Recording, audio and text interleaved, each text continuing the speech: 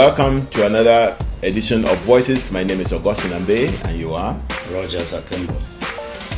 We are going to be very short on this show. I want us to just concentrate on two topics.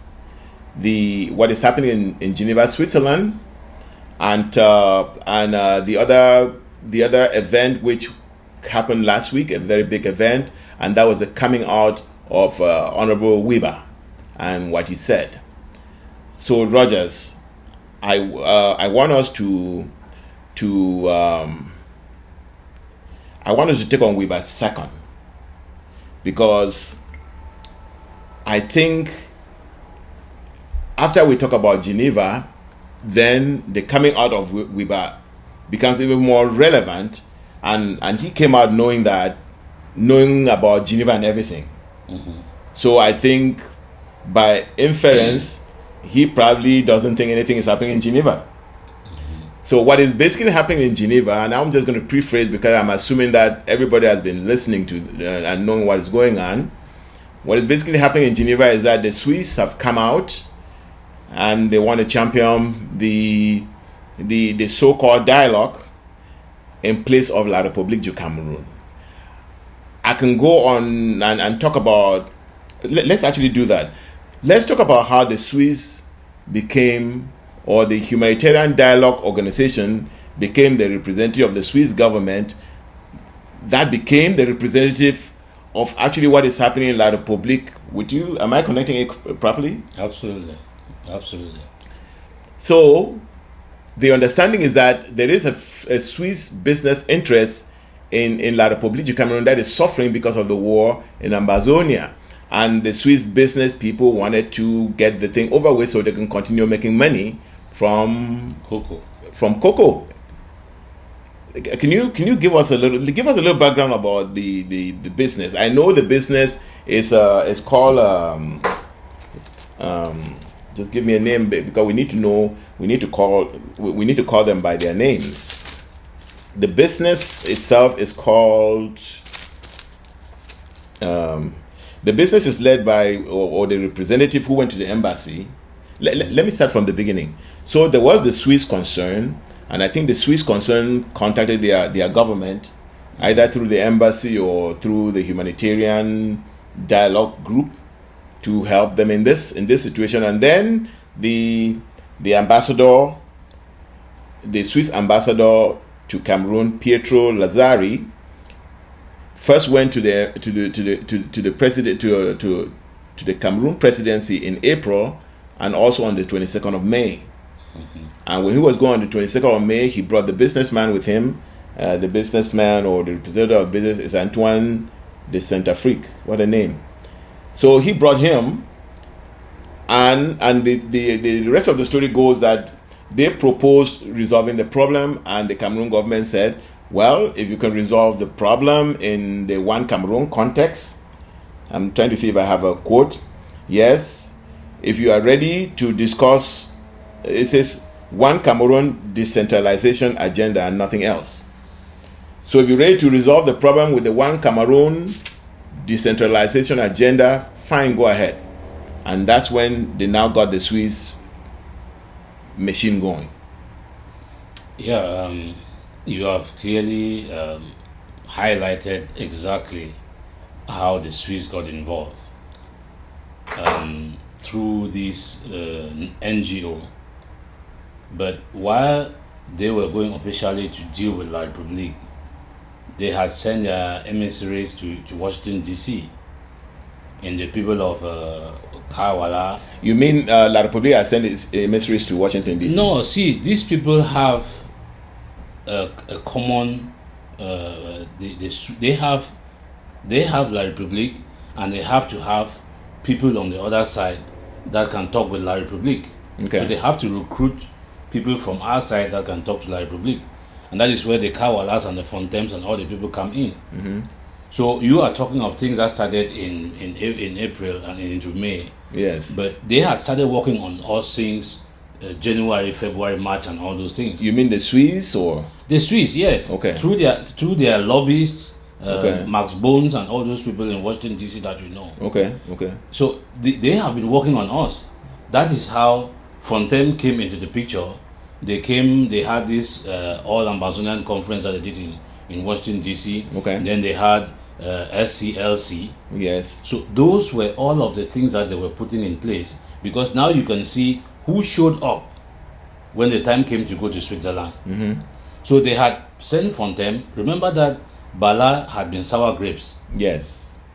They told us that Fontem's passport had been seized, he couldn't travel. Yes. And all of a sudden, somewhere, he showed up with Kawala. Yes. And that is the most interesting. We have to look at significance in everything. Yes. How is it that Fontem's first trip to the United States or abroad, he showed up in a Senate room with Kawala and Max Bones? And Max Bones sitting there, yes. Yes. Yes. So you have to, I'm trying to make these connections. No, it's very important. You have established the connections at the level of Yaoundé. Yes. And how the Swiss ambassador, the businessman contacting the non-profit organization, then going through the Swiss ambassador, then to the presidency of La République, and then rerouting themselves to Switzerland. Now we have to see how some of our own gullible people found themselves. Don't call them gullible, because they are not very stupid people. You're talking about a doctor, Dr. Fontem, and Kawala, who knows everything. They are not stupid people, yes. But their actions are showing that they are gullible. So that is how they came. See, no, when you use the word gullible, but I don't want you to use that word, because gullible means somebody was fooled. Mm-hmm. I think Kawala knows exactly what game she's playing. I think you're right.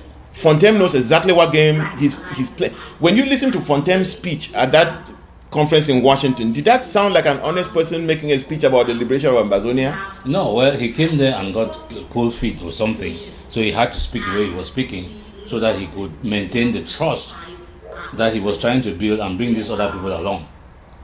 So that is how these other people came through the SCLC and found themselves in what, because basically the people that you saw in Switzerland were mostly people from SCLC, mm-hmm. that the people that came together. So it is important that our people see this connection. So basically you're saying that this thing has not been happening only from April. Yeah. But that there was a lot of things happening in the background, then they started surfacing in April and May. Yes, a lot of things were happening. Remember that these people want... Look, in one of our shows here, we had described what dialogue means to who. Yes. There's a show that we did here, and people can go into the archives and see how we describe what dialogue means to who. Dialogue to La République, and dialogue when the Americans talk about dialogue. We had done that. Yes. La République dialogue is that let us look for people that we can talk to who will maintain what we want. Dialogue to La République is like the dialogue that took place in Fumban. Yes. And the one that followed up in the tripartite conference in 1993. Yes. So they have to look for partners on the other side who are willing to go along with that kind of dialogue. Yes. So that is how they went through the Kawalas and recruited the Fontems, the people who went and signed the SCLC, the Bo Herberts, and all the people that you saw in Geneva. Mm-hmm. They are the people who are going to do the dialogue in the context that La République wants. And it is the La République that picked who the mediator was going to be. They know exactly why they picked that mediator, and they know what they had discussed with that mediator. So and what the role of the mediator is. What the role of the mediator is. Yes. And then they came and set up this infrastructure through SCLC in order to bring as many of the different organizations in-house, so they can then go and train them how to negotiate. You know, you had the thing about, come, let's train you how to negotiate. Yes. So let me finish this point, because this point is very important. Okay. So these people of SCLC and Bo Herbert, who had put out a very long write-up, they would come and tell you that they had blocked Ellie Smith and the AGC, right? Mm-hmm. Because those people of Ellie Smith and AGC are too many people, and they are doing some kind of an all-Anglophone conference. That is what La République wants. So in order to make them appear as if they are with us, they are going to put up this facade that no, Ellie Smith and Tumi and Munzu those are the people that want to tie you in what you don't want. Mm-hmm. But we are the people that are actually fighting for what we want. So you can see the difference between us. That is just a smoke screen to confuse our people. So our people should believe that these people are genuinely going to negotiate for us, while they are playing the game that Kawala, Max Bones, the lobbyists, and Fontem want. Okay, this is the right place to get clarification from Rogers about gullible. So basically, are you saying? Okay, so here's the question. We have established that Kawala and Fontem are not gullible; they're part of the master plan. Mm-hmm. Are the people who form the SCLC gullible, or they are part of a master plan now? See, were they co-opted into forming SCLC through some manipulation?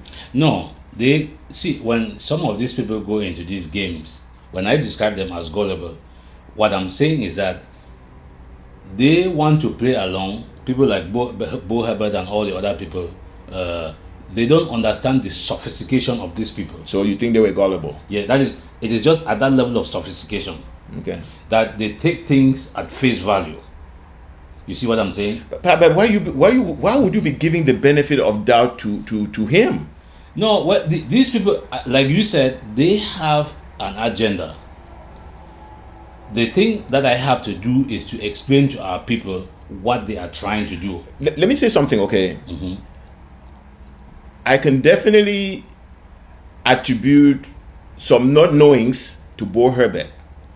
And I'm saying that because this is a man who, when the revolution just started, mm-hmm. he wanted us to form a government. He talked about prime minister and was all over the place with that. Even wanted to be the prime minister. Mm-hmm. You know what I'm saying? Mm-hmm. So I take that as that's a man who does not understand that you could not start a revolution by forming a government. And like Honourable Weeba rightly described last week, you cannot start a revolution by having His Excellency.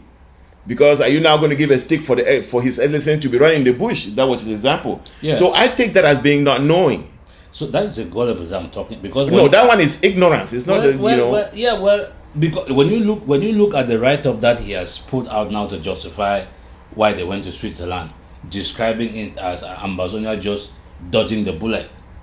You see, and I'm saying don't give them the benefit of that. That's gullible, because that looks like somebody who is now very steady on a program that you think what you're telling us about Fontem he does not know. No, doesn't he know that a lot of Fontem and Bala went to jail as consortium leaders, and before they came out, there's actually a picture where they had to sign some documents to come out.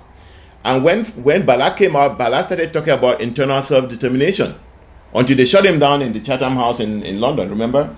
Yeah, and it is Fontem that we didn't know about. Now Fontem was given his passport, and you rightly explained, he now comes to form the SCLC, and he starts that by sitting with lobbyists, because we already saw him with the lobby before he came with the SCLC thing. Mm-hmm. Yeah, I think you have made a good point that my choice of word wasn't the best in describing them, but the hope is that our people, because when Fontem came out, everybody, let me not say all, because we did not agree, we knew where he was coming from. Yes. Most of our people said, he is the one who is trying to bring unity in the revolution, and people gave him the benefit of that. This guy came from Boston and did an interview with him, and he was sitting there and saying all these things. What we are saying is that these people are working on a master plan. Yes. And the people who are shepherding them is Kawala and Max Bones. Yes. Those are Mark or Max Boone? Is Max Bones. Okay. Those are the people. He is the lobbyist who is doing the work in Maryland. So they knew that if Fontem came, he will be able to do what Bala failed to do, because Bala came with a sense of arrogance. Yes. We listened to him on audio telling how he was better than any other person and all of that.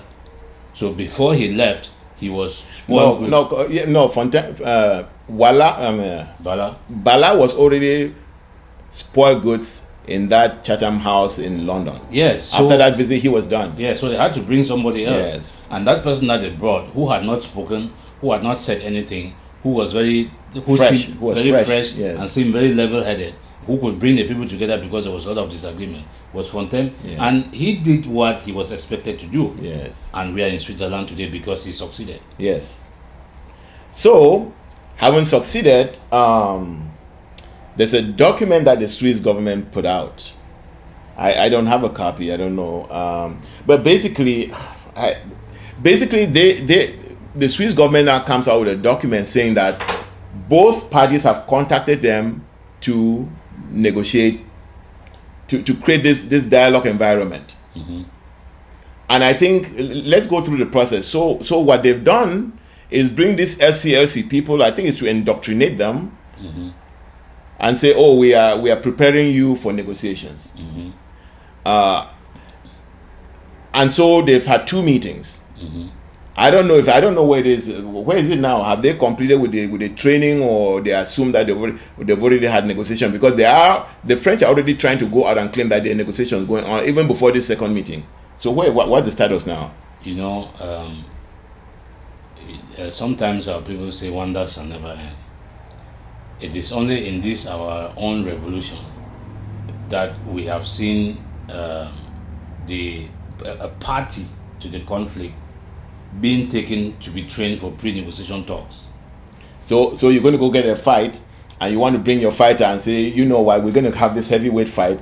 I think you're not ready for it. I will help train you how to fight me. Yeah. So all these PhDs that we have, all this education on conflict management and all negotiation, everything that we have done is not enough.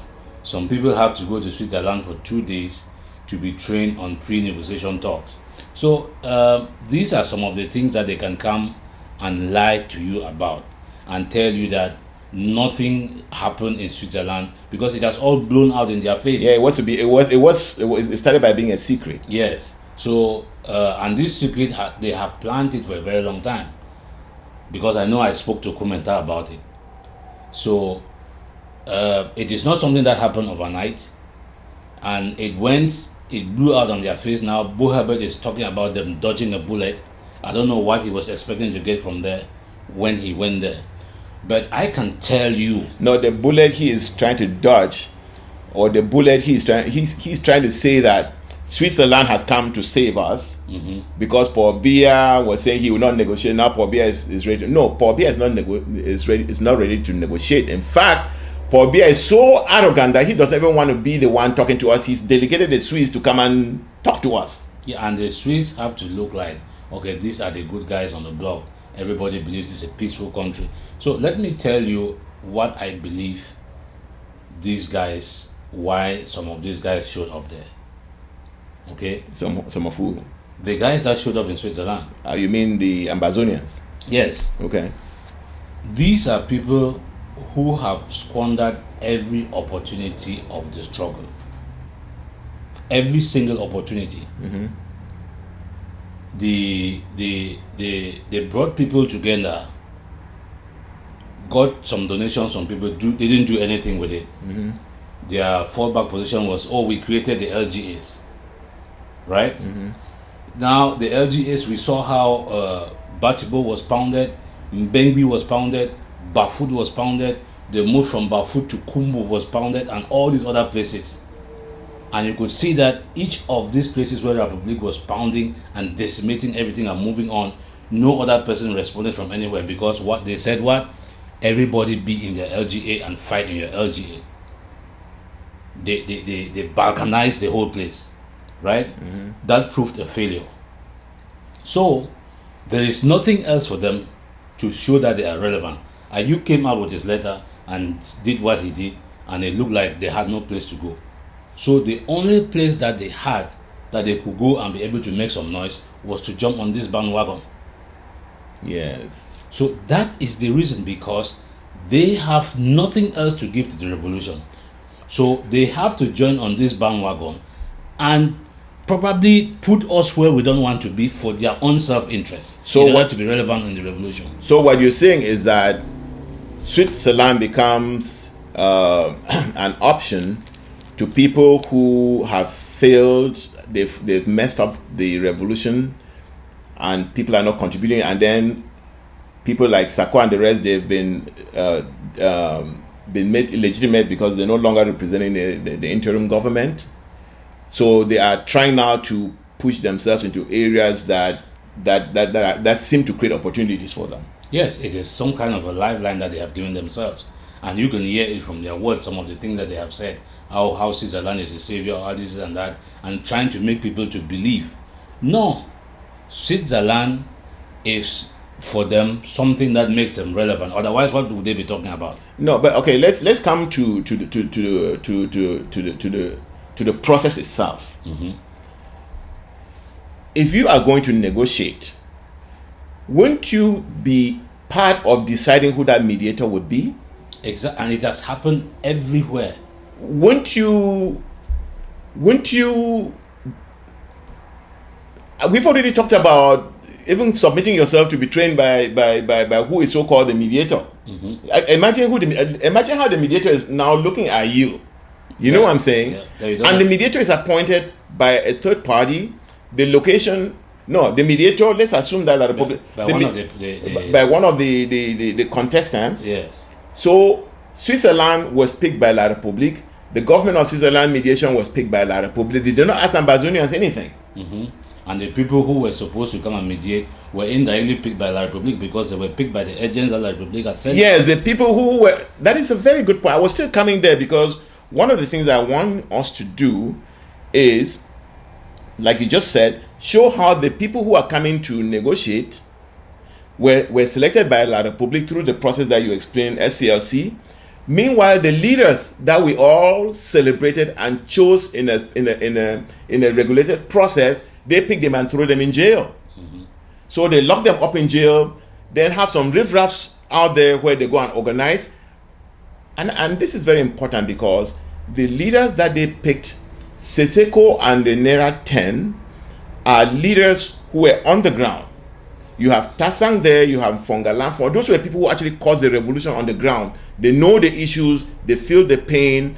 Those are the people who were trying to solve it. They picked them up illegally, locked them in jail, and then Ambazonians who have voted with their feet for decades and they were out of the country enjoying their lives. Some of them are citizens of other countries, actually. La République now comes and organizes them and then go through the Swiss. Because the Swiss are part of that conspiracy. Yes, because the Swiss know that if they were going to get a negotiation with anybody, that's not the process they will go through. Yes, they know because some of them have been doing this, or they have been using their venues to do this kind of dialogue. I mean, we just talked about the Hutus and the Yemeni government. No, there they were actually providing the facilities for two groups that were actually fighting on their own. Yes, and I say by doing that, they understand how that process works. Yeah, I see what you mean. Yes, that's what I was saying. Yes. So these people, they understand all of these gimmicks that they are playing, because as you have clearly indicated, La République knows who, and remember that they had to do certain things. We have said on this show that La République knows that the people that she is going to talk to, those people are in jail. Yes. And they picked the right people, and they know it. There was a time where they took them from SED, and they went for 2 weeks. Nobody knew where they went to, and they came back. And those people are resolved and determined. So they took them to go and see if they can cook this deal with them. Yes. And they rejected it. It didn't work. So they know. So when they spoke with the Swiss people, in order to convince our people and the rest of the international community that these people who are going to go to Switzerland are the right people that the international community can listen to and talk to, they cooked up John Fo. So he said he was going to come to America and say what he had to say about Seseko on American TV. So you see how the process started. So they decided to bring him so that he should come here and tell our people that Seseko was compromised. No, but you're jumping. I want you to just hold because I think it is after that this whole process of impeachment. But that's where I'm going. I just want you to talk about that before even bring John Francois, because that went forward first. Yeah, because they tried to jump the gun. They tried to do things, so they had to bring this guy, bring all these things, do all this impeachment thing that they said, because they wanted to say, okay, this guy They wanted to delegitimize. Yes, they wanted to delegitimize Siseko. And make it in front of the international community that these are the people that are now empowered to talk on our behalf. So those people who are locked up, they don't matter anymore. We can talk on our behalf. Switzerland, here we come. I know they totally mismanaged that process because they started by saying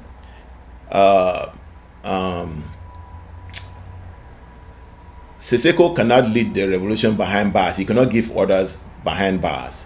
Then Professor Anyangwe came out with a whole list of very successful leaders who have led their revolutions behind bars. So that was knocked off.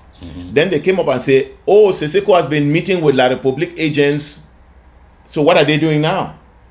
They're meeting with the agents of La République, right? In fact, they have been organized by the agents of La République in terms of Fontaine and Kawala to form the SCLC. Yeah.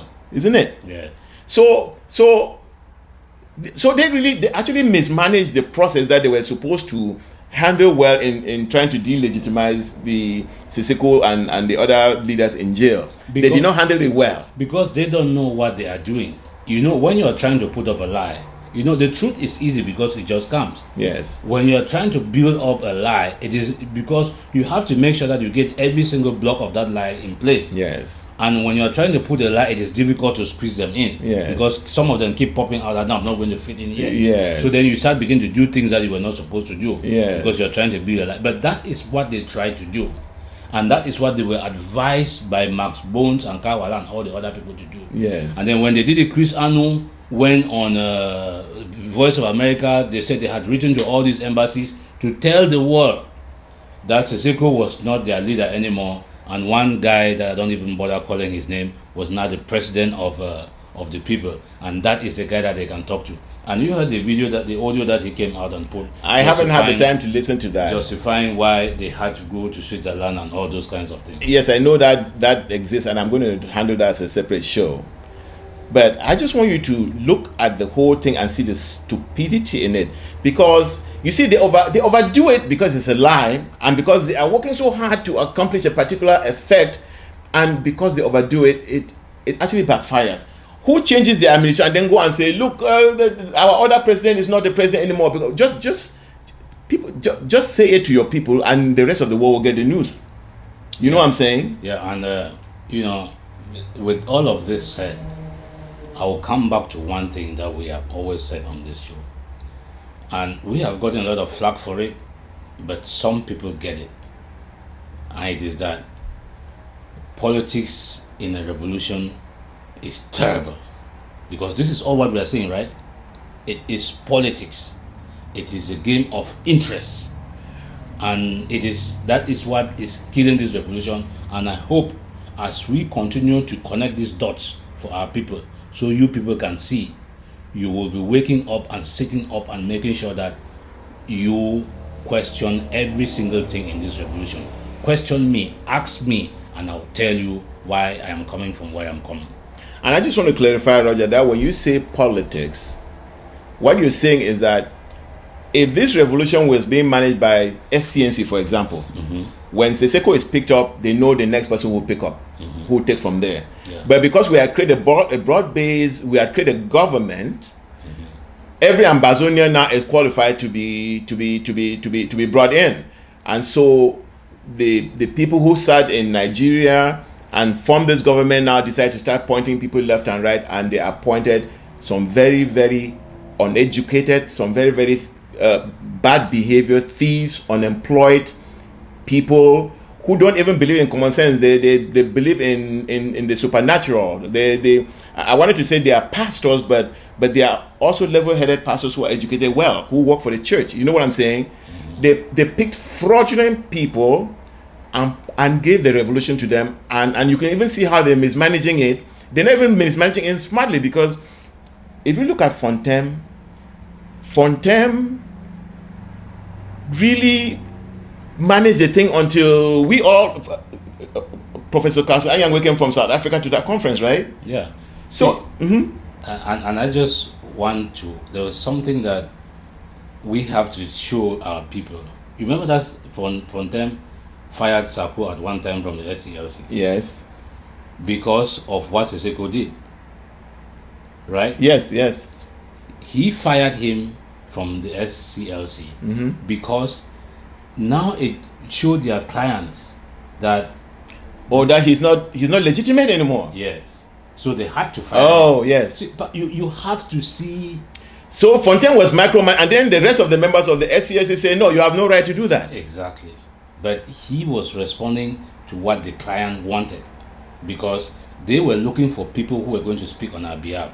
And if this who are not questionable. Who are not questionable. Yes. If this guy can come back now and say, hey, you are no longer allowed to be a member of the SCLC. Yeah, no, to be acting interim president. Yes. I'm going to appoint a vice president. Yes. So now the chair was taken from under him. Yes. So Fontaine had to act quick to pacify their clients. Isn't that amazing? So he fired him. Yes. Yes. You know, so listen. So Sako was fired by the president. Yes, he was removed from the position that he had and sent to undersecretary, whatever they did. Yes, and the SCLC or Fontaine and the lobbyists recognize that because they recognize the president. They recognize that and try to kick him out of the leadership team that they're forming to go and do their negotiation. Of course, he rebelled. So right now that team itself is tainted. That's why I call him the former AIP. Yes. You know what I'm saying? So yeah. So people, we need to connect all these dots so people should understand. Yes. So right now, I asked you about where the status is. So they met twice now. What is the next step? Well, what they are trying to do now is to confuse our people that they were just doing training, that this was some kind of a pre-talks, and that they were so they are trying to convince our people and make our people still believe in what they are trying to do, because people have started questioning. As I think Anyangwe came out with another write-up, and I think he has spoken out and said, no, you cannot do this. This is what was expected to be done. The right thing that Seseko did, because I think... yes, I want you to read the conditions put by... I was going to come to actually show who the adults in the house are in terms of how adults actually negotiate. People who have serious issues negotiate. If you have an issue where your people are being killed, villages are burned, there's a war going on raging in our country. And so it's not a play. If you're going to go negotiate, we know what we want and the punishment we're getting for what we want. So we don't need anybody to come and tell us this is how to go and sit and negotiate. Even our parents that sell their peanuts in the market, they know how to negotiate their prices. Yes. And so go ahead, please. And one of the things that you and I flagged Bala when he left jail was that he gave up the trump card. Yes.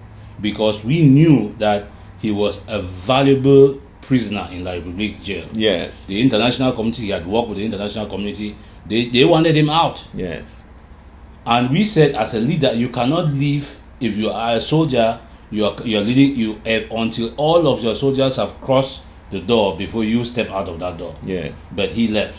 Yes, and then when he left, he went straight to the governor's office. Yes. Wasn't that something? And he bowed, and when the people were screaming, trying to receive him, he bypassed and went straight to the governor's office. So he gave up that leverage that he had.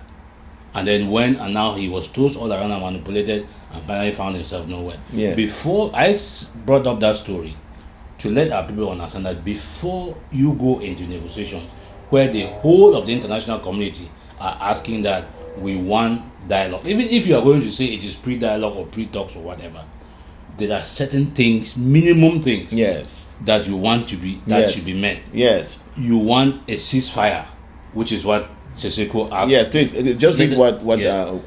So he said the following dispositions, if implemented, will create such an atmosphere for dialogue: unconditional cessation of hostilities and complete withdrawal of all occupation forces from of the Republic of Cameroon that declare and is presently prosecuting this genocide war against us. That's the first thing. Release all detainees, war deaths, and handing over of the same to the United Nations with an accurate head count and recording.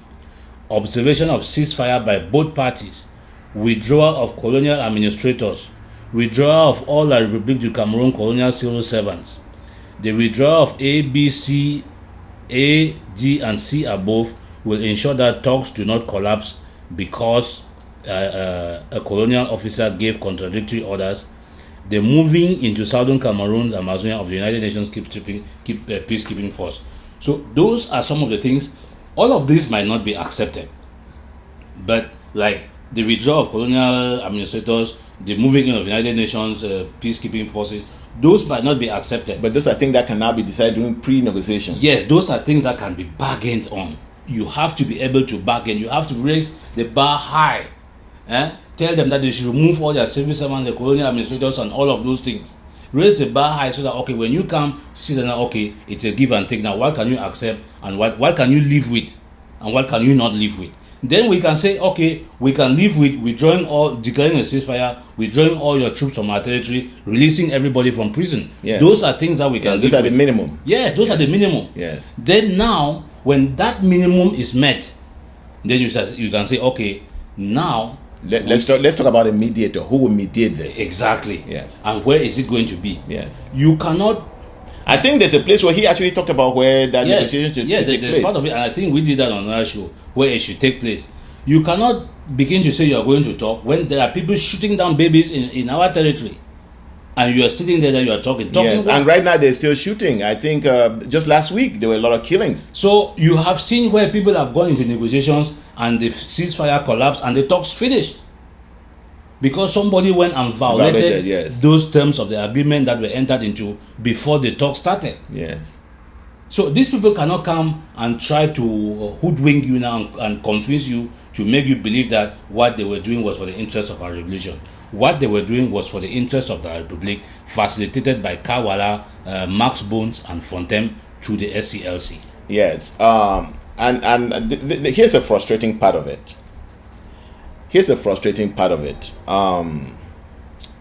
As all of this is going on, there's this tweet from Tibor Nash that says, I am delighted to know the Swiss are facilitating dialogue.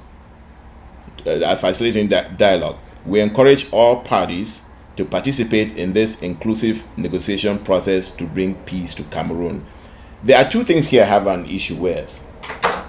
One is that, like you and I just described, it is not a dialogue going on. It is La République acting like a king, inviting his subjects to meet a certain person that he sent for them to go and talk, so that person can come and then report to them what he told them and how they reacted before he even decide whether he wants to honor them with a one-to-one visit. Mm-hmm. And so Tibor Nash cannot be delighted with something like that because that's not the kind of dialogue he's asking for. Is that the kind of dialogue he's asking for? No, he is speaking as an individual. And I remember that in one of his presentations in the Foreign Affairs Committee, in one of the questions and answers, he talked about the fact that he knew that we did not want to separate because there was some kind of a Cameroonianness in us, that we like our Cameroon. There is some Cameroonianness in us that we want to preserve that. What did you think about that? That's what he said. That's what I'm saying. No, what do you think about it? See, I don't. Do you have some Cameroonianness in you? A Cameroonianness where they say we're going to come and join them as partners. When we come, they tie a rope in our neck and drag us to the ground. They kill our businesses. They kill our government. They start trying to teach us French and just ruin our lives. And now they're murdering us. And there's some Cameroonianness that we'll hang on to. The reason I brought that was to tell that is his view. He has a right to his opinion, and he has a right to this tweet that he put out is what he believes. We know what the position of the United States government is as far as they are talking about this dialogue, and our people know exactly what they want. When these guys came they have been killing us all along. But when they came on September 22nd of 2017 and October 1st and did what they did, and our boys decided that, okay, we've had enough of this. If there was a Cameroonianness in us, that Cameroonianness died on that day. It finished. because at this point now, the boys have said, you have killed enough of us. We asked that you withdraw your civil law judges from our courts. We ask that you give us the kind of teachers. We have our own people who are trained and qualified teachers to teach our children. We asked for little things, and you brought your guns and your soldiers and your helicopter gunships and killed us. That is the end. We have reached the end of the road. So, Mr. Thibault Nagy, we had reached the end of the road a long time ago. That Cameroonianness that you used to see and that you are reflecting, it is nostalgia that you're referring to. It does not exist. It doesn't exist in me. I don't want to see or hear about anything that concerns that country. And our people, all of them, they don't want to hear about that. I think the person that he should go and listen to is Mr. Firmino, because he gave an interview recently in RFE, because they asked him about all of these things, and he said he likes the fact that some people are trying to talk and stuff. Well, there is nothing. We have always said that there's nothing wrong with talking. There is nothing wrong with talking, but the talking should be done in an appropriate way. And he said the thing is not going to work because there is no environment of trust. That environment of trust has not been there. They're not even pretending. No, they are not. They're not even pretending. They're just treating the Ambazonian process as though Ambazonians are children. It's transactional. Yes. So what he is saying, that is why I said it is his personal opinion based on that his Cameroonianness that he talked about. What Firmino said is that the minimum thing that these people could have done was release people, do certain things to show the people that yes, we are sincere, that we want to solve this problem. We really want to talk. So let us release the people. Let us do a ceasefire. Let us withdraw the troops as a good gesture that we are sincere about going into these talks. None of that has happened. So he can be excited that the Swiss are facilitating what they are facilitating. Our people are not interested in that. They have said, if you want to talk to us, release our people. Create an atmosphere where we can come in and sit with our people and talk about what our options are. That is what Firmino talked about. Yes. Don't go and sit down and say you are excited that the Swiss are facilitating. Let them facilitate what Kawala and Fontaine and Bo Herbert and Elvis Kumeta have set up. Those people don't speak for us. Let me tell you on this show, on this camera, those people don't speak for us. And you can negotiate and facilitate and train them in all the negotiation tactics that you want. But they don't speak for us. Let me tell you. They don't speak for Baby Mata. They don't speak for Swividzim and all the other people that have fallen at the hands of Larry. They don't speak for all the young men they went and gathered in Fundong and murdered. You're talking Fundong, you're talking Batlinyonga, you're talking Pinyin, Pinyin. You're talking Bachi, but where are you going to live in? No, I just wanted to mention one. Yes. Everywhere. They don't speak for Mami Api who they went and burned in the house. They burned the people in womb. Same thing. But I want to mention something. I think by inviting them and to train them for negotiation, they are admitting one thing, that those people are not trained. Remember, I had said on one of the shows that Fumban cannot happen again.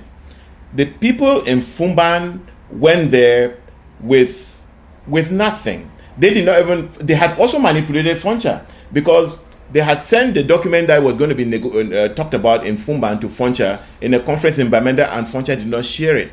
And so our people went with little preparation, with little education, with little everything. Meanwhile, La Republique was sitting there, backed by French lawyers and experts like Mesmer has explained.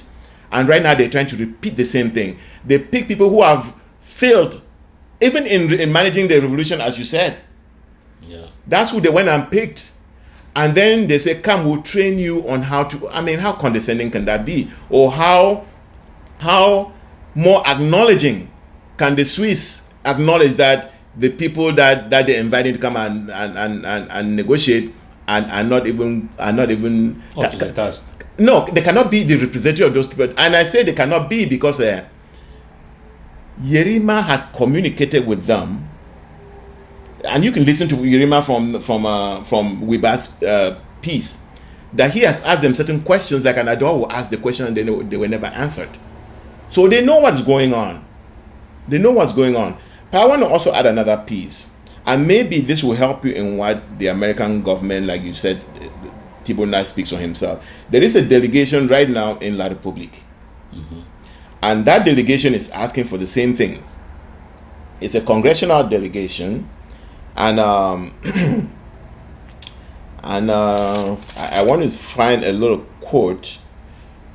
Here's Congressman Karen Bass. It's led by Congressman Karen Bass. Congresswoman Karen Bass. She said, government and rebels should respect human rights, end all violence, and begin talks on the separatist conflict. You know, when these people come and talk about the government of La Republique, which is well constituted, it is supported, financed, and everything, and they put, because when you listen to that, it sounds like the Amber rebels are some organized group that has a chain of command the same as La Republique. These are common Ambazonians defending themselves wherever they are with whatever they have, right? Mm-hmm. And so when the congresswoman comes and put the onus on them to stop, are Ambazonians really committing any violence? Address that, because every time I read that there's violence on both sides should stop violence. Tell me where the Ambazonians, where is the violence coming from the Ambazonians that they should stop and then make the equivalent of La Republique also stopping? Help me. You know, the problem is that these people, well, they said they were going for a fact-finding mission. They wanted to understand, but they ended in Yaoundé. They didn't go to Pini, they didn't go to Batibo, they didn't go to Moyenge, they didn't go to Bangwa Bakondu, they didn't go to Wum, where. So let me finish. I was going to say they did not go to Kundengi no, to meet Siseko, which is in Yaoundé. Yes, they need to meet with our own leaders, whether they're in jail or they are free. No, so they said, well, like people will not let them, but they said they went on a fact-finding mission.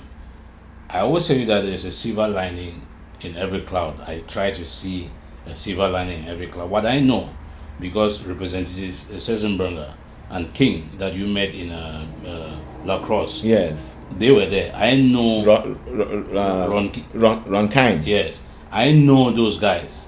Okay, they know that they have been sitting in Washington and being fed all these things. So they wanted to go to La Republique and sit down and figure out from themselves if these people are really sincere about this dialogue. So I know that they might not have gone to these places where we wanted them to go and see for themselves, but they have acknowledged the images that they have seen perpetuated by La Republique people. So Amnesty International, Human Rights Watch. Remember, there's a show here where I told you that these guys sit in somewhere in Senegal. Mm-hmm.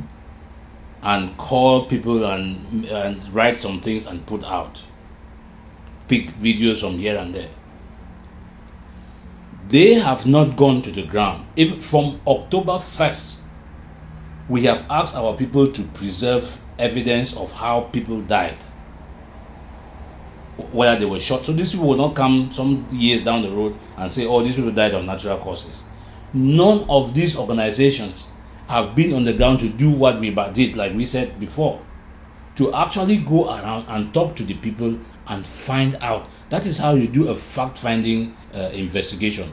All of these people have been reporting on what Amnesty and Human Rights Watch have been reporting from their satellite offices in Senegal.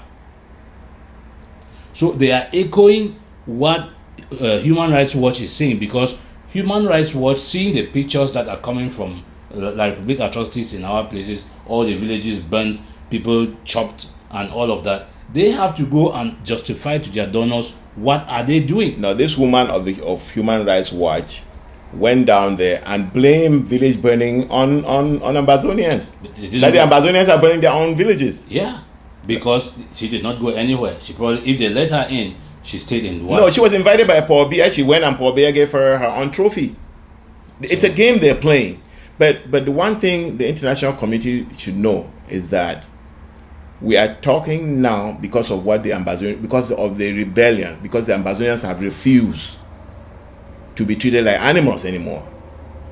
And do you think that the public would ever come to the dialogue table, to the negotiating table, knowing the history, knowing how Ambazonia is where it is through lies, betrayals, and murders? They are not. They are not coming. And that is where you and I and our people, the real revolutionaries, the people who believe in our freedom, that is where we come in. Because we cannot accept these games that the international community is playing. They can play their game for however long they want to play. They had ignored us all along, right? Yes. From the very beginning. La Republic told them that they were going to take care of this thing. No, nothing, let them just forget about it. It's an internal matter. The French ambassador came and said, this problem will be solved in Cameroon. That's why they said, right? Munzu said the United Nations was too busy in other parts of the world. That's what Sarko said recently. The United Nations was too busy in other parts of the world and they would not bother to come to us. That's what they said. Now, has there ever been a congressional delegation from the United States to Cameroon? No. Never. Did we just have one? Yes. Have we had a discussion at the United Nations Security Council? No. Yeah. Before, did we have one now? No. Yes, we just had one now. Okay. So these people who told you that these things can never happen, that the international community does not care because there are too many things with the Rohingya Muslims and all of that happening around the world. Your actions on ground zero and your sacrifices, those who have paid the ultimate price, are speaking for us. And we will never let them down. It is all for one, one for all. And we are going to win our independence because that independence was legitimate. The people of Ambazonia obeyed the Germans, they obeyed the British, they obeyed the League of Nations, they obeyed the Nigerians. When Thibault Nash was talking about the Cameroonianness, there was a time when we were actually Nigerians, and if you look at our addresses, they were written Bamenda, Nigeria. So no. But the people still believe that we are Biafrans. Has that changed? The Republic actually believes we are Biafrans. But what is going on is that the people of Ambazonia for over 100 years have been controlled by foreigners. And these foreigners have not been kind to us. We have been kind to them. They have murdered our people. That's why we did not go back to Nigeria when the British did everything. We refused to go to Nigeria because when we were in Nigeria, the way the Nigerians they treated us like animals in our own land. So we chose the devil we did not know. And we went there and we for 57 years, we have accepted everything they brought to us. When we went to them, we were supposed to go as equal partners because we're two separate trust territories. They were nothing else but a trust territory.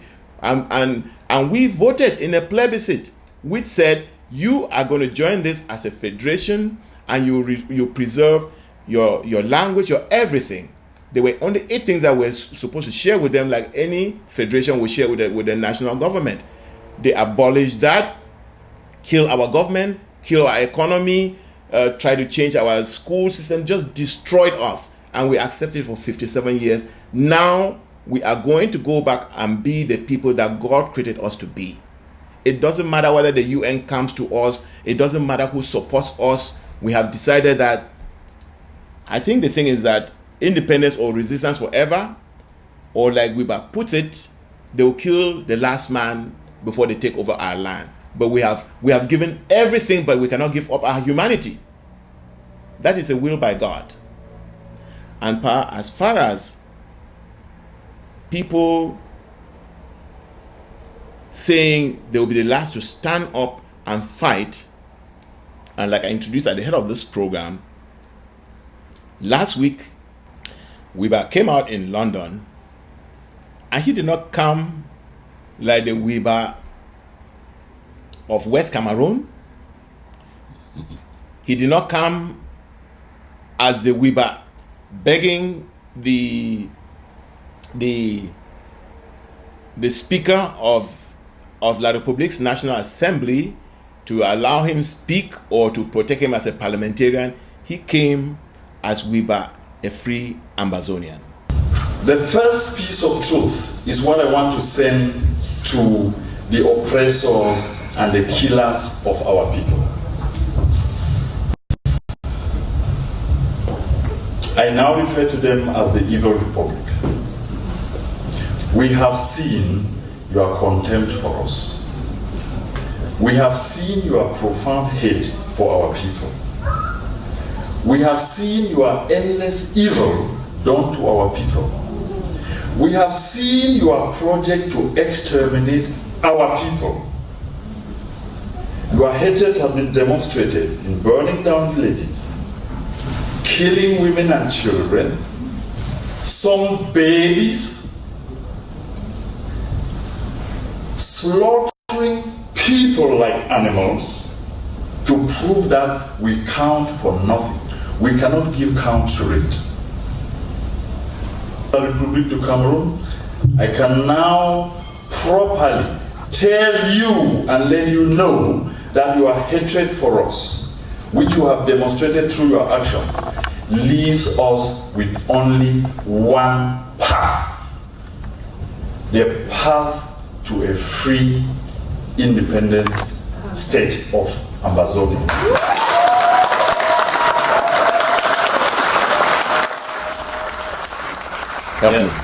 Well, I think Honourable Weeba demonstrates the kind of patience that our people have, that we have had for the past 57 years.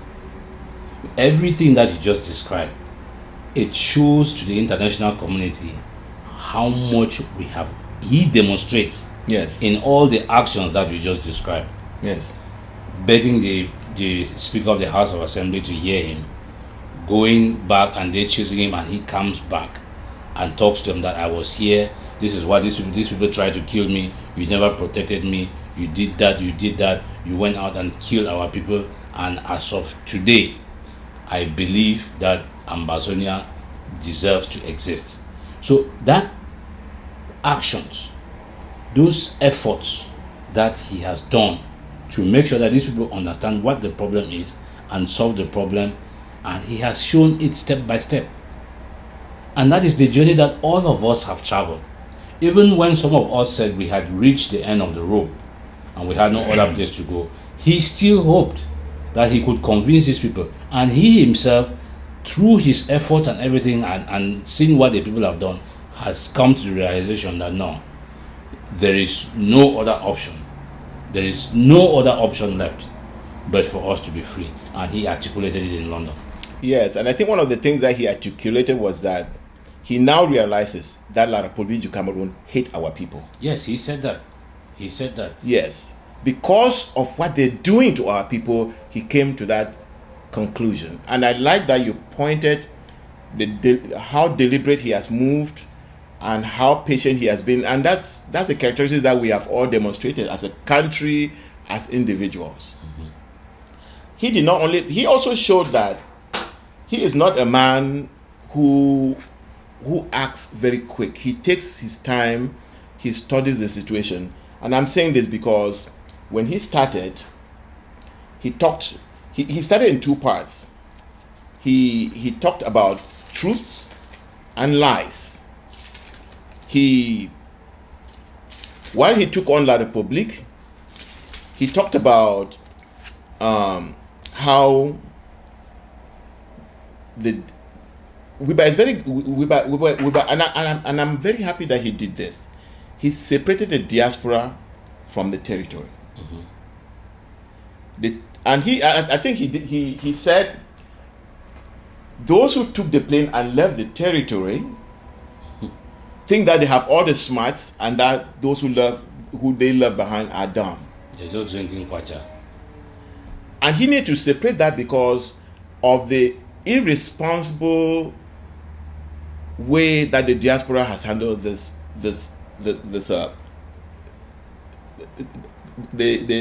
revolution on the. I'm looking for a better name, but he was trying to say how irresponsible this revolution has been handled by the partners who should have been playing their own role, but they became very irresponsible. There is a saying that there is nothing And I repeat, nothing in the human experience that can succeed without basing its foundation on one thing, and that thing is the truth. Yes. Do you agree with me? Yes. Good. I am taking this as a solemn oath that today the people in the homeland who have been standing and fighting and dying will hear certain truths about you in the diaspora. Yes. I am not sorry. I am not afraid of you. I face the tiger and the lion live, so I do not shy away from paper tigers hiding behind computers and their wives' skirts. He talked about lies. He says one of the biggest lies that we've been telling to our people is that we have taken back our country. Help me in explaining what Weeba said there. Yeah, he is perfectly right, because we have said we have taken back our country. People can now sit in Washington, D.C. and write out presidential decrees and sign them and send them out and impeach people and do all these things, creating an atmosphere that they are a government when they don't have any inch of land. You don't have the capacity to protect the people. You can't defend the people, but you call yourself a government. You and I have sat here time and time again, and we have told the people on Ground Zero that you people are the kingmakers. You people, we are here to support your efforts and nothing else. We have said that time and time again here. Yes. And these people come out here all the time and lie. There is this this lady in France who came out and played an audio of Akwanga telling people to go on one Monday and collect arms that they had brought from the Middle East.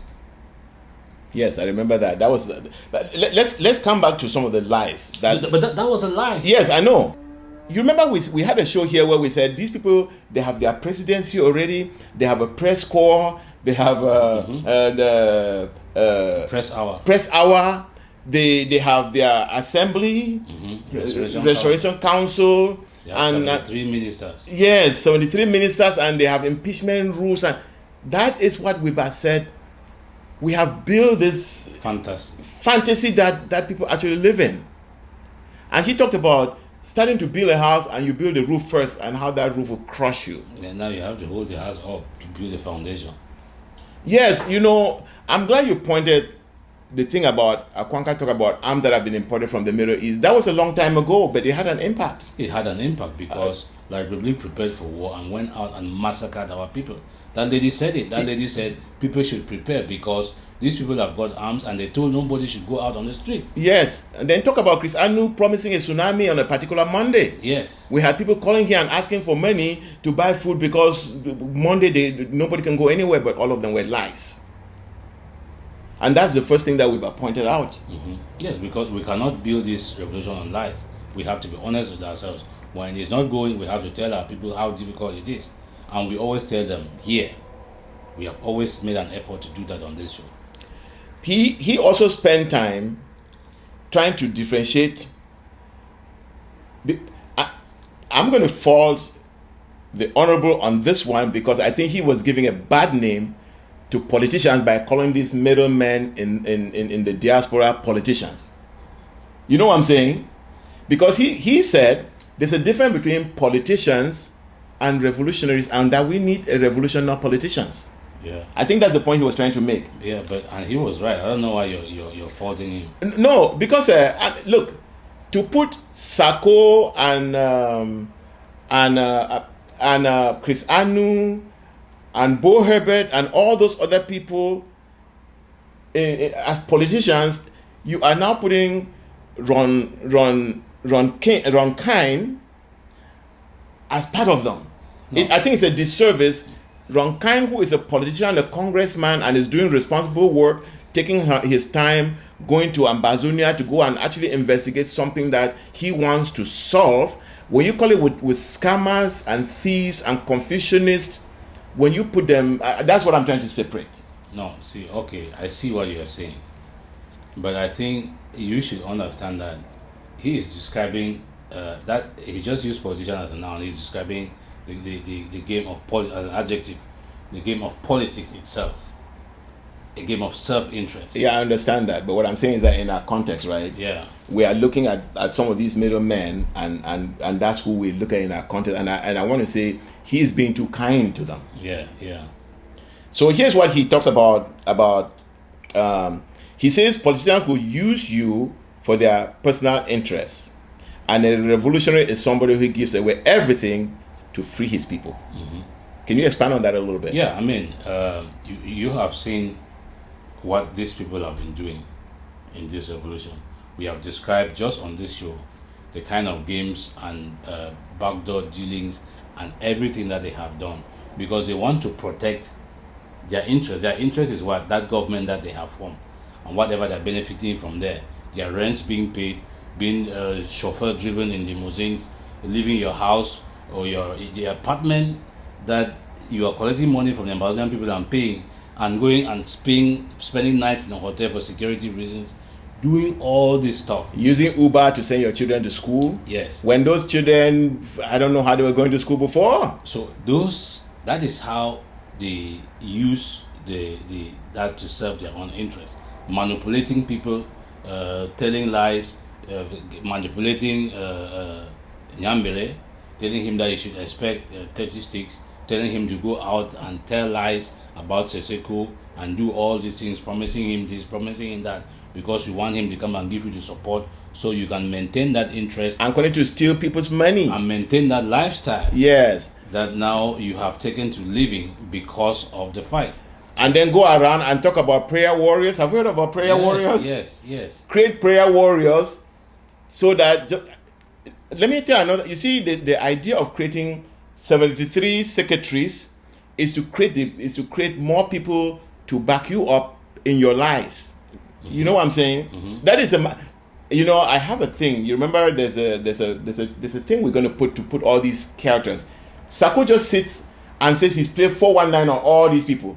They're out there speaking on his behalf, saying let's impeach him. Meanwhile, Sako just sits on one corner smiling that I could do this. I, Sako, can get all these so-called PhDs and whatever, and they're playing his game for him. Mm-hmm.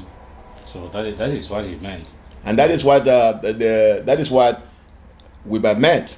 Yeah, but, and a revolutionary is one that is ready to put everything on hold, like Seseko did, or he himself, Weeba, and all the people, and fight to liberate their people. Yes, Weeba said revolutionaries are ready to give their lives for their people. Politicians are ready to use the people to protect themselves. Isn't that just what I came from describing? Yeah. Sako goes and appoints 73 of our people so that they should focus on him and defend him. And we're not even including those that he pays. I hear that he pays like 40 to go online chasing everybody else. He pays those. He even goes on ground zeros and pays people to go out and kill other people. Yeah. So that is what he does. And it is just like what you described, the 73 members who go out and speak. It's just like what La Republique does, right? Yes. Because each of the La Republique, John Gute, has to go to his country people and tell his country people that, the father of the nation, our father, the president has said this, and people are dancing, CPD, and people are dancing. So that is what the 73 people are all doing. I think you have seen some press hours somewhere in Minnesota here, where the presidency is in Maryland and all that. So in all your own nook and corner where you are, you're one of those 73 people. You have to go out and praise Sako, go into all these chat rooms and defend and fight and create confusion, because these are people who thrive in confusion. If there is no confusion, they cannot thrive. If things are going the way they are supposed to go, and they will be exposed because there is nothing that they are doing. But if there is confusion and everybody looks tainted, they can come and say, oh, this person did this person didn't do that, and this group didn't do that, so people should not be looking only at us. That is the atmosphere in which they thrive. Yes, and Weeba clarifies this just so that we have a better sense of analysis as we prosecute our struggle, because after all of that, then he comes and talks about the power of the truth. Yes. He talks about basing the struggle on the truth. Recognize that La République has colonized our people. Recognize that La République hates our people because of the way they've treated us. And then now start putting the structures to fight back. And those structures should not be structures that are illusionary, but structures that are real. You know what I'm saying? So he emphasized a lot on that theme. And then he did one thing. He told us that, you know, when the whole show started, and he went and kissed something, and I knew there was significance there. And then he comes back and explains. It is to those who have given their lives to free their nation that we owe all honor and respect. It is to those who stand and die for their country that we owe even our own lives.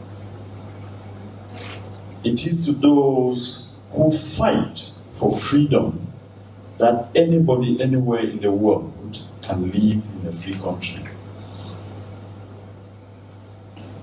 It is to the dead of our nation that we give this humble presence and vow that your blood that has flown like a river will never, ever go for nothing.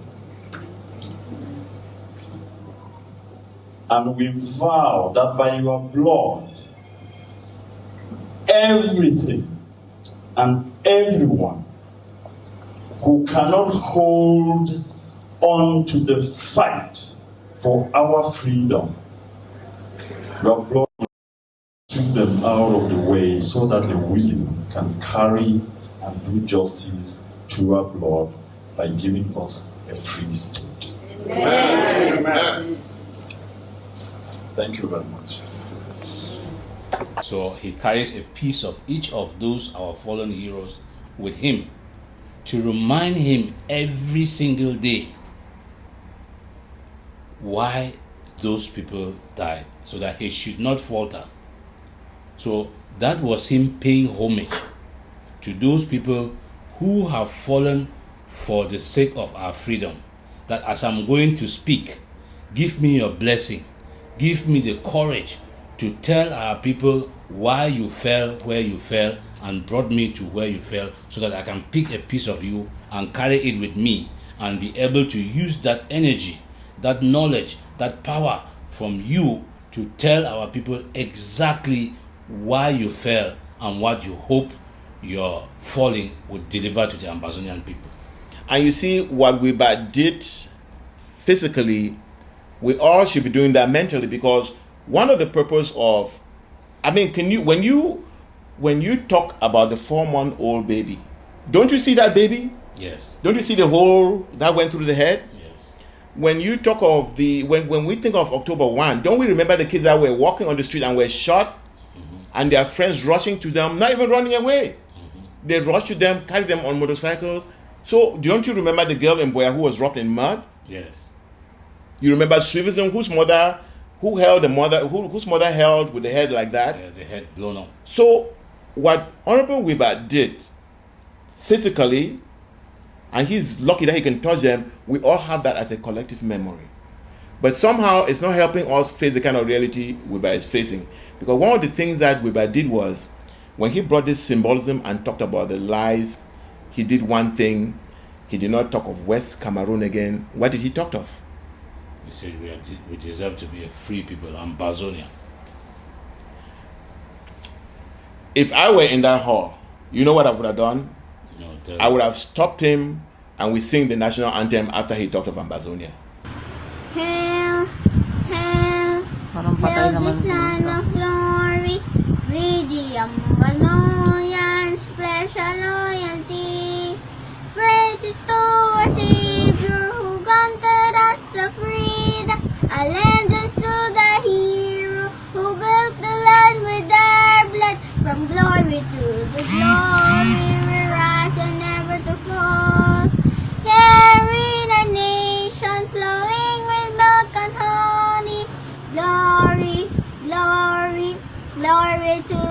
Father, for making you a nation, a joy forevermore. Ambazonia, land of freedom, you shall live in plenty, meeting our needs, and your children shall be like the stars above, the Most High God being the watchman of this nation. Ambazonia, land of freedom, you shall live in plenty, meeting our needs, and your children shall be like the stars above, the Most High God being the watchman of this nation. What does this do to our struggle, Pa? Well, you know, you and I, we have always said that we need somebody that can inspire. You know, in a struggle like this, the Republic has one of its strategy is to put as many as horrifying images out there to demoralize our people. We need somebody who can inspire by his actions, by some of the things that he says, by some of the things that he does, and who has a vision. I think Honourable Weeba in his speech, and look at where he picked to give that speech, the Southern Cameroon's National Conference. Those are the people, the Palm Form 4 who is locked up in jail, Patita who just recently died, and all the other people who, like Republic said, oh, these people are disgruntled because they are retired, but they believed.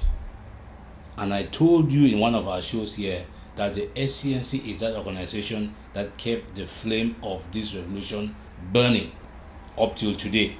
That is where he chose to go and inspire us, that we should go back to the roots and reorganize ourselves like the ANC and the SCLC and the ANC and all other revolutionary organizations have organized themselves in order to be successful, working arm in arm, so that when we lock our arms together, nobody can pull us. I always remember I watched a video of a lady from Ivory Coast who came and did a presentation of a broom. Yes, I remember that. I think I sent it to you. Yes. When you take a broom, you pull one, you can break it. Yes. But when you take the whole bundle and you try to break it, and I want anybody watching me to try to do that at home, you cannot break that bundle of a broom, even if you are Supermarket or Muhammad Ali. Yes. You cannot break it. And that is what inspiration, a vision can do for this revolution. That's what Wirba brings to the table. Yes, when I saw that, and I'm thinking of somebody who wrote that last week was La Republique's nightmare with Wirba coming into the struggle. And let me substantiate it from how I understand it, because for the longest time I have accused this middleman who has spent decades in the diaspora and have not allowed the people who started the revolution on the ground to continue their revolution. They hijacked it, they usurped it, and started playing games with it, and has actually wasted 2 years when the war was captivated by the revolution on the ground. So while we're back coming indoors, to me, it finally connects the ground back to its leadership. So Honourable Weeba, as far as I can see, he stepped into the Ambazonian fight with 2 feet. He wasn't testing the water. Did you feel he was testing the water? No. I saw he like you talk about his deliberation, how he deliberated to be where he is. He did everything deliberately. He first of all described what has been wrong, and as he did that, all of that even added his relevance in coming into the struggle. He stepped there wholeheartedly, and by stepping in wholeheartedly, what that did was it connected the ground again with the diaspora. And I've always said that one of the organizations on the ground that used its diaspora the way diaspora should be used, and the people in the diaspora contributed the way they should contribute, was the SDF. The SDF came to the United States, they had their leadership, and they came to our people and said, we have the ground, we have some people to do work on the ground, give us the money to do that work. I see Weeba stepping in as completing that, because first of all, he tells us that we should know that the world, that when we left the territory, it's not dummies we love back. We love very smart people. In fact, smarter than us, because they accomplished on the ground what we in the diaspora have struggled for years to do, and we never did. I see the Honourable coming in and connecting that, and I think that this revolution with Weeba coming in takes a new turn. But I've been hearing that some of the middlemen have been attacking him. Have you seen any of it? I have. To be honest with you, I haven't spent time. I haven't been on social media, so I haven't seen any of it. Yeah, well, Mr. Chris Arnold, Pastor Chris Arnold came out and attacked him. I think very soon they will want to impeach him. But I know some people have said this revolution has been ordained by God, and sometimes I don't believe in that. But sometimes there are things that happen and you just want to think that those people are right. Because look at when Wirba is coming in, when it looks like the bottom is falling out, and then he comes in to inject this new spirit and revive the revolution and get people back to the basics. So let us get back to the basics. I always say you have to remember why you decided to commit your life and the life of your family to this revolution, why you sacrificed your life for this revolution. And if you go back and remember those basics and you are honest with self, you will see that what Wirba describes is exactly what we should be doing to free our people. So in our show of October 1st of 2017, one of the things we said on this show was that what we have to do to honor those who have given their lives is to let the children who are going to grow up fatherless or motherless know exactly why their parents were not with them when they grew up. Yes. And we are going to do that through our actions.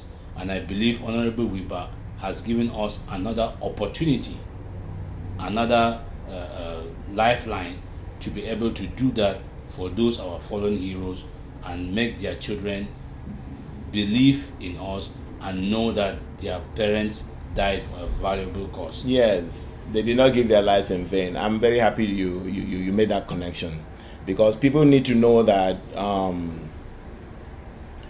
that we are fighting a real fight. We're fighting real enemies, and real people are dying.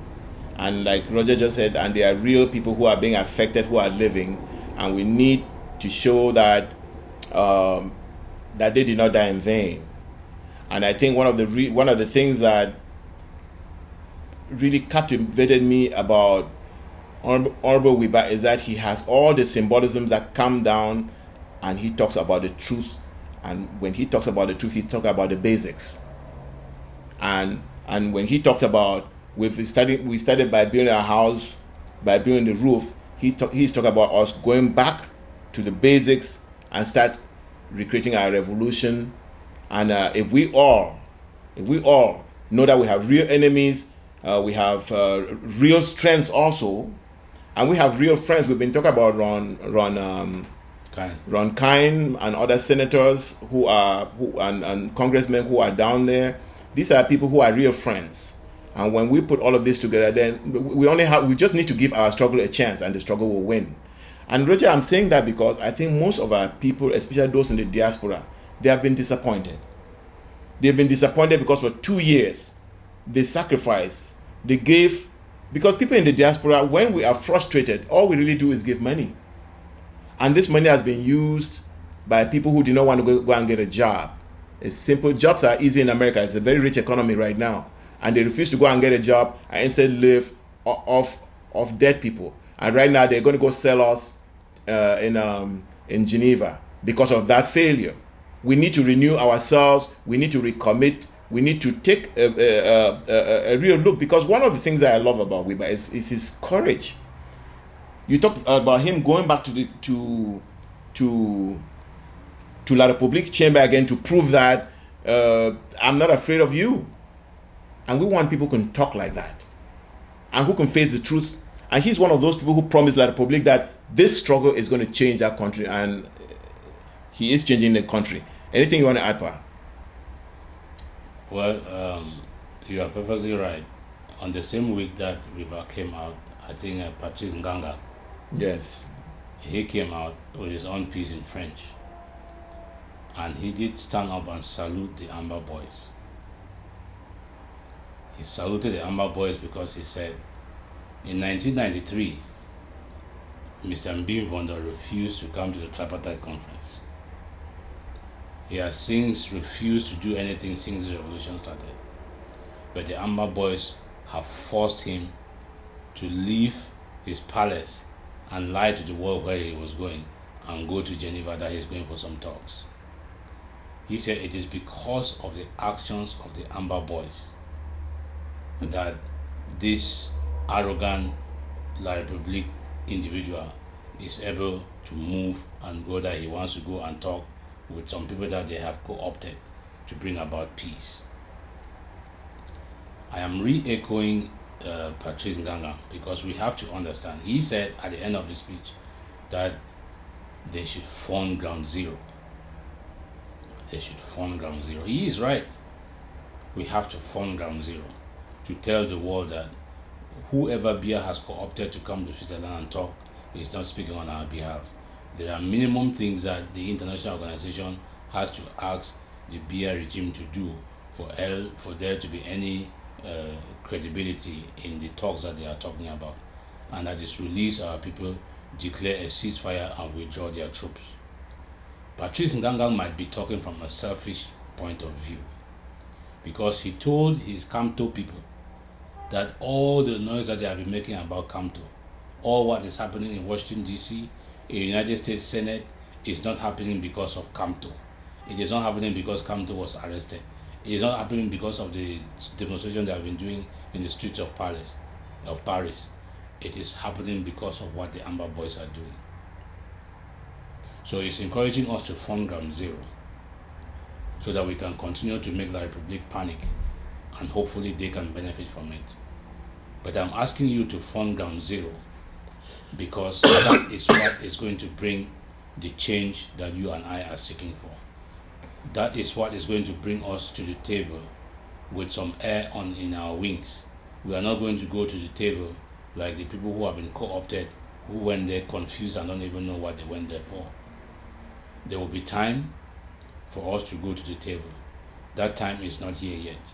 We have to assert ourselves so that the international community should know that we mean business, that we say we want to be a free people, and we do that by funding ground zero. Oh mama, don't you worry. Oh papa, I'm going far away. If I happen to die in a battlefield, never mind, we shall meet again. What is all this? And I find learned people just sitting, taking decisions that mean nothing. When you now sit there and you say, I gave this example. Your papa one die, leave land, cargo, all thing for una, plus house them. Your neighbor come take her. Your papa a house, Prime Minister's lodge for Buya, now who they inside? Colonial governor for Bamenda, 4 days for who he had. Colonial governor. Then you go and say that I have taken back those things. Really? And then you say you don't take up. Then go beg now some money backside, build her, they stay there. Instead for other people say, Una can't help me, we take that. My papa can't go away the tiba. Una go she know some money backside for different place, for different country. They talk say, we don't want to take up. We don't take up. What? You want Weeba, you want the people in ground zero to believe in illusions.